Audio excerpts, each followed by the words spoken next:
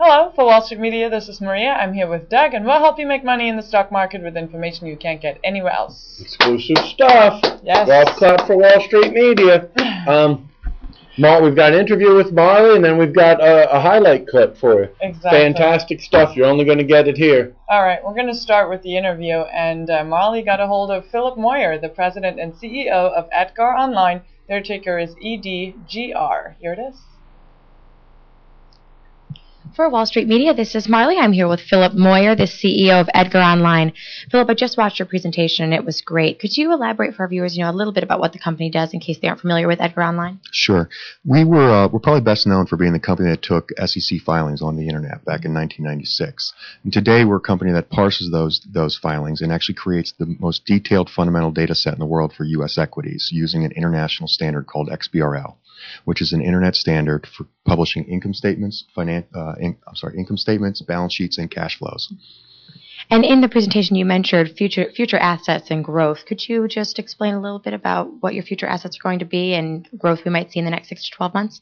Sure. Today, we get about 20 to 30% growth on that data business that I talked about, and it's very important because that business is now surpassed. It's actually come up and surpassed our legacy subscription business. That's important because that first and foremost in of itself says we have some detail that's very important to investors. What I'll say, though, is that even more exciting is that the SEC, we believe that the SEC is likely to mandate this standard that we use called XBRL, which is a list of elements.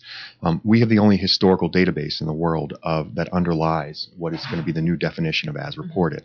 We think that's going to provide a great opportunity for our growth. We also use that as a way of helping companies file in XBRL. And so we like to call ourselves the only company that goes from the CFO's desktop all the way to the CFA's desktop. And you have some very, very well-known key partners. If you could just tell the viewers a little bit about maybe your NASDAQ deal or Microsoft. So the NASDAQ deal was, NASDAQ actually, we talked to NASDAQ about the fact that they recently opened up this 144A trading portal. About $1 trillion worth of 144As get traded on top of that platform, and we thought it would be a great opportunity. We've helped the U.S. equities market dramatically with transparency. We thought that that's a great marketplace. There isn't very limited transparency, and there's not a lot of information in that marketplace. We said, what if we used our platform to actually help create 144A data? And so we recently announced that. It's very exciting for us because it proves that our platform not only works with U.S. equities, but it can actually work across multiple assets. From a Microsoft perspective, we've got a very, very attractive user base. We've got a great demographic. These are people that spend a lot of time looking at pages, high net worth individuals that we have a lot of interesting information for. Microsoft saw that exact same demographic and thought that they could really do something for us. Now, we're a financial organization. We sell to financial institutions. We're not a great ad sales organization. So the partnership we struck with Microsoft was that they would represent 100% of our advertising. And it was a fairly unique deal. It's unique in the marketplace, and they've done it with CNBC and also with Dow Jones, and they're just starting to do it with other companies. So it tells you we might have a little something that's interesting there as well. Speaking of unique, your company is very unique in that you're so different from all of your competitors. Could you just explain, how you guys go from creation to aggregation? Sure. So as I mentioned to you, we like to say that we go from the CFO's desktop all the way to the CFA. Most data companies spend their time really focusing on that CFA, which we think we do a great job. We provide more detail, from a depth of analysis of transparency or of fundamental data. But we also help the CFO create that data as well. And so suddenly you're starting to see a connection from the company that has to produce or the asset that has to produce right to the person that has to analyze. That's the magic of the internet, is that you can actually, the same way that publishing has occurred directly from individuals right out to consumers of information as opposed to going through large aggregators, we expect that same transformation in financial assets. We like to call ourselves almost the HTML or the browser of that world. So we use our data to make CFOs smarter about what they should publish, and we use our knowledge of CFOs to work with to make sure that we provide the best detail possible to CFAs. Thank you so much for meeting with me, Philip. I appreciate you taking the time out. Great, thank you. Thank you. All right, next we have another video highlight for you from Dennis Weldon. He's the director of IR for Mentor Graphics. Their ticker is MENT, and he talks about product revenues and growth as new products take hold and profitability rises. Here it is. Our product revenue now, about 80% of our product revenue consists of products where we have #1 market share compared to about 25% in 1996. And we continue to build that percentage.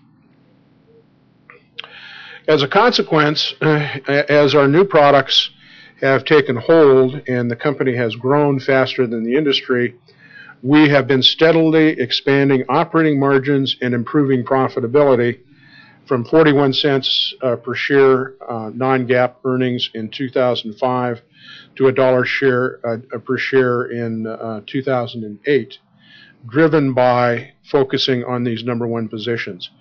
We have a goal to get our operating margins to interim goal to 20%, and so the play in Mentor stock is twofold. One, from 2006 to fiscal 08, we changed our fiscal year this year to a January 31 year end, which is why there's no 2007.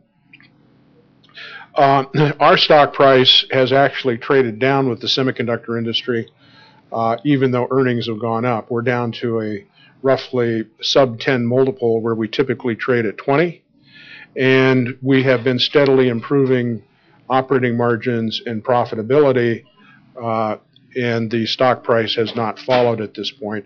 It's our thesis that if we continue to do this, ultimately the stock price will follow operating performance. So characteristics of Mentor: we focus on building number one positions. We develop most of what we sell internally. We augment that with select small acquisitions. Opposite end of the scale is Cadence Design Systems, which builds gets its technology historically almost entirely through acquisitions. And we've built some great product franchises in the late 90s, which we're now expanding. Hey, super good one, Lee. I know. You know, I love Mentor Graphics. I worked with Edgar years ago for Wall Street Transcript and did deals, and they were kings of the universe. Super vital product that you need. But Mentor Graphics, I just love. I've been working with Monty for years, right? Mm-hmm. Smart, gets everything done all the time, trying to get the message out. What else do you guys need? I own some of them already, and I'm going to buy more on Monday. Again, I was remiss. You know, the Las Vegas stuff throws me off, you know, the different timelines and everything. We're doing this, the market's closed on Friday, but I'll add them, and you can follow it on covestor.com. Never forget, we're the only ones that tell you when we say we like this, we actually put money into it. And I'll make sure you do on Monday. I'll remind you. Yeah, make sure you do. Yeah. You're a super genius, you know, and it's wonderful. It's great to have such wonderful presentations and know that fantastic. It's, what else do you need, like, to think about when you're owning a stock? They say their business is growing, they're aiming for 20% margins, right? Yeah. Or they're out of favor because semiconductors are out of favor, foolishly, right? See, Americans use these things called phones and PDAs, and they just keep putting more chips in them as they can do more and more things, right? Not only that, other products are adding Everything's chips. got chips. Everything is getting cars. chips. The Ford uses the Microsoft Sync. No electronics in that. Hamsters running around pushing the buttons on the CDs when you say, like, play Michael Bolton. I love those commercials, by the way. Yes, so right. Just thinking about cars, how much more multimedia stuff they're building in. You know, Everything. MP3 players, all that stuff. It all has chips. Yeah. Exactly. Yeah, it's really foolish. I had coffee earlier this week that had some metal in it, but I guess that wasn't chip, right? Anyhow, I think they make an excellent case.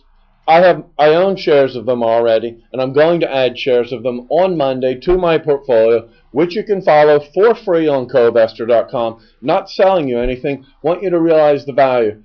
We do 20,000 of these a year. You don't see 20,000 of them here, although some days it feels like it. It does feel like it. This week was a lot of information. We did a lot of them, you know. We slowed down a little bit in April, don't have 10 million of them, but we pick the ones that we like. We bring you good highlights. You can look on covestor.com, see when I say, oh, I like this company, and they make a good case for it, then I put my money into them, exactly. Right? Isn't that worth something? Right? Absolutely. You know, what do you want to do? You want to learn knife throwing from a ballerina? You want to learn you want to learn about stocks and investing from someone who says they put their money into it? Not perfect, but at least you have conviction, right? And you can actually see. You can follow it. You have conviction. Just, yeah. You're learning ballet from a ballerina. Right? Yeah, never did that. Or, okay, you're learning knife throwing from a knife thrower. Okay. I trust that, actually. Okay.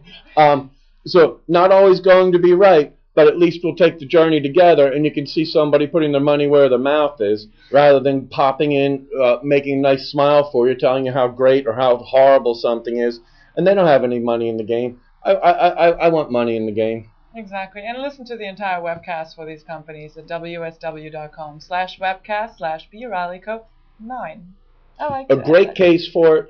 Monty, I've been working with for years. Very interested in the company. Very interested in getting the message out. And it's a great message. Exactly. All right. Well, thank you for joining us. We're here every day at Wall Street Media. You can find us directly at wsmco.com.